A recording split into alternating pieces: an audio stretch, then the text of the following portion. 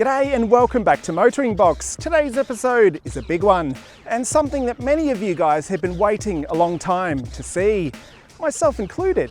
We're getting the clutch replaced on my BA Falcon XR6 Turbo. Yes! So for those of you who don't follow my channel, this is my 2004 BA Falcon MkII XR6 Turbo and I picked it up probably about 3 months ago. And it's been a really fantastic car, but the only unfortunate thing is the clutch has been slipping almost the entire time I've owned it. At the very start of when I picked the car up, it was only slipping right when you were on full throttle. But over the weeks and months that have followed, it's been slowly getting worse. The stock clutch simply can't cope with the power that this car is putting out. And at the moment, if I go anywhere over half throttle, it starts to slip. So it really is a big pain in the ass. But finally the day has come where we're going to do something about it. Now, some of you in the comments over the last couple of weeks have been asking me, why the hell haven't you got it changed yet? Like, just stop stuffing around and get it done. Well, there are a couple of reasons why I haven't gotten around to it yet. The first is I can't actually do it myself. I mean, I probably could if I gave it a shot, but I'm not confident enough to do this job by myself. I've heard from many people that it is at least a two-person job, and if you've got a hoist, of course, that would make it a lot easier. The second reason is money, and that's because clutches for these 6-speed manual Falcons can run into thousands of dollars. And then of course, because I'm not going to fit it, you've got the fitting cost associated with that as well, which is probably going to be $500 to $800. And the third reason, and perhaps the biggest of them all, is I've been trying to locate a workshop who wants to get involved with the MotoringBox YouTube channel. I've been contacting, I don't know, 20 or 30 different mechanics around the Ipswich and Brisbane areas, and no one's interested. I mean, sure, they want to do the work, but they don't want to be filmed.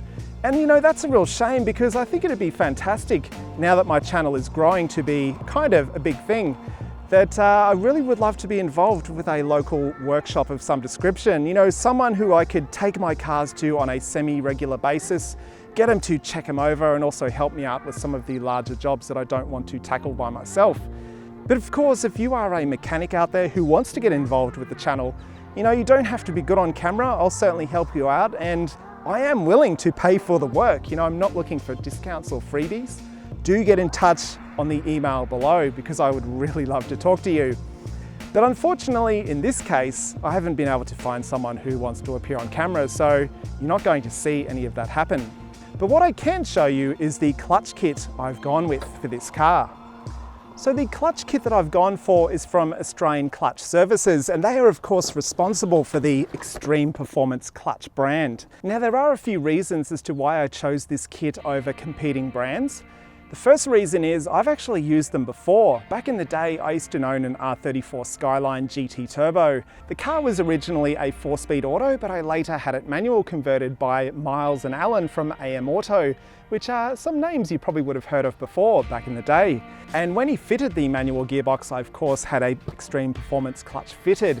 It was just a single plate organic clutch, but I found it to be a really fantastic performer. And again, that's what I've gone for this time around. If you'd like to know which exact kit I've gone for, it's the Xtreme Clutch KFD 28680-1A.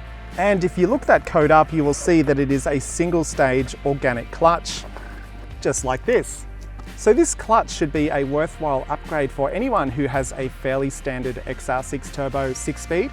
And Xtreme Clutch do suggest that it will cope with up to 680 Newton meters of torque. Considering the BA MkII XR6 Turbo came with, I think, 450 Newton meters of torque, going up to 680 does give me a little bit of leeway and headroom if I want to perform some mild mods on this car down the track.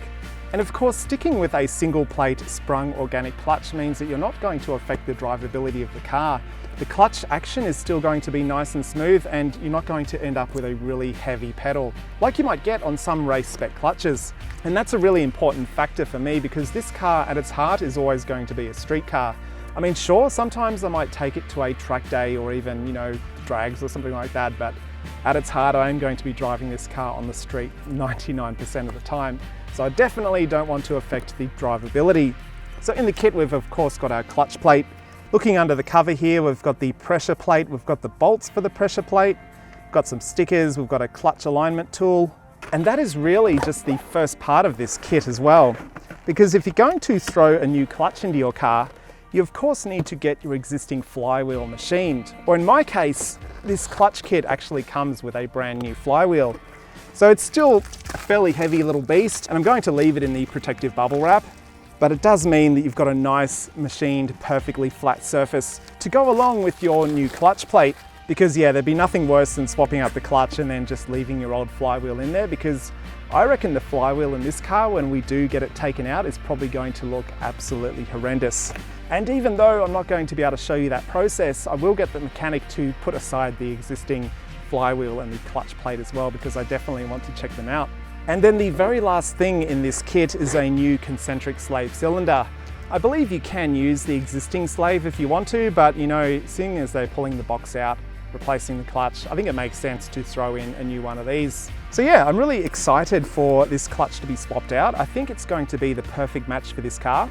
And you know, as I mentioned, it does give me a little bit of leeway if I want to get this car tuned in the future. Hopefully it should be able to handle some mild mods and a little bit of a bump in the power outputs from the engine. Words cannot describe just how excited I am to get this clutch fitted to my XR6 Turbo, because after 3 months of ownership of this car, I haven't still been able to enjoy it to its full potential. So unfortunately, while I won't be able to show you the installation happening, thanks to a bit of film technology and special effects, I reckon we can get the job done right here, right now.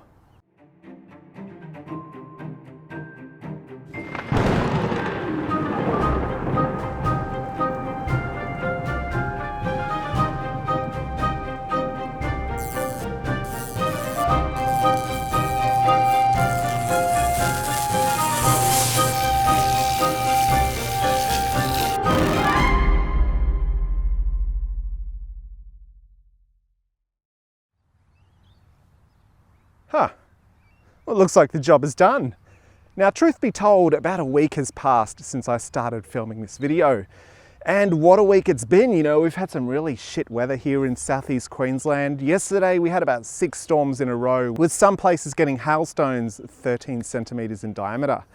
And to make matters worse, yesterday I was even walking around the side of my house and I got attacked by a swarm of wasps. I got stung on the ear, I got stung on the neck, and even on the back of the head. So I'm all lumpy and itchy. But anyway, really hope this new clutch kit is the sign of better things to come. And unfortunately, whilst I can't show you the clutch being changed over, I can show you the clutch plate, the pressure plate, and also the flywheel, which came out of this car. All right, so let's take a look at some of these existing parts. So here we have the existing pressure plate, which was removed from the BA MkII XR6 Turbo. And you know, the surface, whilst it does look pretty smooth, you can't really tell by eye as to whether or not it has been warped. But what you can spot on this are heat spots. There are at least 3 or 4 of them, and they are sort of spaced fairly evenly around the whole plate here. And whilst I'm not an expert with all of this kind of stuff, I do know that hotspots are generated in the pressure plate like this from a clutch that has been slipping and generating, you know, a shit ton of heat. So that is a little bit ominous, but look, we'll put that one aside and we'll check out the clutch plate itself. So again, you know, my knowledge of clutches is fairly limited, but I do know that a clutch plate, an organic one like this anyway, is very similar to a brake pad. And if you do look at this thing with sort of that in mind, it does look a little bit worn. If we take a look around the disc here, we can see that these grooves are pretty much level with the clutch plate surface itself. And I have read differing opinions on this. You know, some people say these grooves should be at least 1.5 millimeters deep. And if that's the case, then really, you know, this thing's worn pretty much all the way down and those grooves are pretty much flat.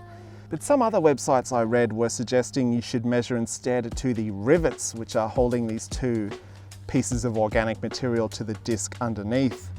And they were suggesting you should have at least 3 millimeters of material from the surface of the material down to the top of the rivet.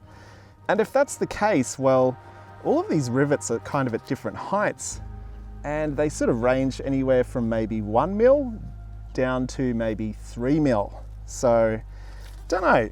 But look, it's definitely seen better days, so I'm really glad this thing's out of the car. And then finally, we have the heaviest portion of them all. Oh my God, that's heavy. I should have weighed the new flywheel that came with the new clutch kit, because to me anyway, this one feels a heck of a lot heavier. And if we take a look at it, this also has its fair share of hot spotting going on. So yeah, look, I think it was well and truly time that I had the clutch replaced on this car. But yeah, look, the easiest way to diagnose a worn clutch, apart from the fact that it might be slipping, is really the position of the clutch pedal itself. That is, when you're letting out the pedal, when does the clutch start to bite? And on my car, I reckon the pedal would have been more than halfway out before you would start to feel the clutch biting, and then it would fully engage only when the pedal was nearly reaching the end of its travel. So if I had to give it a percentage, I'd probably say it was starting to engage around the 60 or 70% travel, and it was only fully engaged when it was probably 95% out. On the new kit that I've got installed in this car, I did notice on the drive over here that I would probably say the clutch started to engage at maybe 15 or 20%. So it really does start engaging almost instantaneously when you start to let out the clutch. And only when you've let it out probably 60 or 70% of the way, I reckon it's fully engaged. It certainly feels that way anyway. So that does inspire me with a lot more confidence. And it really does feel a lot better when you're driving. But anyway, that's enough talk from me. So let's get this car out on the road and we'll see how it drives. Alright guys, so we're back in the XR6 Turbo. We've got our new clutch fitted, so let's get this thing going and see how it feels. One thing I've noticed as well is, ever since they've changed the kit, this car sounds different when you start it. I'm guessing because it's got that new flywheel, it's got the new flywheel teeth running around the perimeter of it. So that's going to have an impact on how the starter sounds. So we'll put it into first, and yeah, I reckon you only have to move the clutch pedal out off the floor by probably about an inch before this thing starts to bite. So it's really biting quite early. And it's quite funny, you know, because I've had this car for about 3 months and I've sort of had to retrain myself as to how to drive this car, because I'll start to let the clutch out and I'm used to having it biting at a much higher sort of travel on the clutch. So usually, at the moment anyway, when the clutch starts to bite, I haven't got enough revs on the engine, so I'm going to have to learn to adjust to getting the revs up a little bit earlier to accommodate for that new clutch. But straight away, it feels really good. The temptation is, when you get a new clutch, is to just start wailing on it straight away, start boosting the car up, start enjoying it. But that's really the opposite of what you should be doing, because you see, clutches are really the same as brake pads. When you get a new set of brake pads, you shouldn't go and do a track day straight away or do any heavy braking, because you need to give those pads time to bed in and to adjust, you know, get used to the brake discs you've got, and to get the maximum performance out of them, you need to give them time to sort of bed in, settle in as such. And really, a clutch is the same way. I think that guy was picking up cigarette butts. Some people suggest you need to give it about 1,000 kilometers of driving, and that's not highway driving. It should be stop-start, city or town driving, where you're using the clutch plenty of times. So it's a bit of a shame, you know, I've been waiting so long to drive this car properly, and you know, I still can't. I need to give the clutch time to bed in. But look, it costs a lot of money to replace a clutch. It's the cost of the clutch itself. It's also the labor for a mechanic to change it if you can't do it, which is what I had to do. But yeah, look, straight away, I can tell the car is driving a lot better. I have got it up to half throttle again like I used to, and it's not slipping at all. There is that temptation to try and see how far I can push things, but I'm definitely going to be patient, give it time to bed in, and then it should mean that you're going to get better performance down the track. Because if you start boosting this thing, the clutch hasn't bedded in, it starts slipping, you're gonna hotspot your flywheel all over again, and you're just really gonna fuck things up, for lack of a better word. But the clutch does feel fantastic so far. You know, it's really smooth, and having it start to bite a lot earlier in the clutch pedal travel really does seem to help me change gears a lot smoother in this thing. So really happy with that. So what my plan is for this car is I'm just going to drive it to work for the next week or two, put some kilometers on it, the fact that I've gone for a single plate organic clutch, even though it does limit the amount of power you can put through it, it means that the overall drivability of the car is not going to be affected. The clutch actuation is still really smooth. It's still pretty light as well. It's not a heavy pedal or anything like that. And yeah, when you're slipping the clutch, it's really smooth. There's no judder or shuddering or anything like that, which is what you can get from some ceramic clutches and race spec twin plate clutches and things like that. So yeah, it's really quiet, really smooth, exactly what I want. But yeah, we'll see how it all goes. I'll drive this car for the next couple of weeks and then I'll report back and let you guys know how it's all going. And then maybe we can go somewhere where I can do a couple of 0 to 100 runs, give the car a little bit of throttle finally, and yeah, hopefully the clutch can handle it. So thank you very much for watching, guys. I hope you enjoyed this video. Sorry I couldn't show you the whole process of the clutch being changed. But yes, if you know any mechanics out there, or if you are a mechanic and you want to get involved with my channel, give me a shout, send me an email. Love to hear from you. And yeah, I'll see you in the next one. Bye.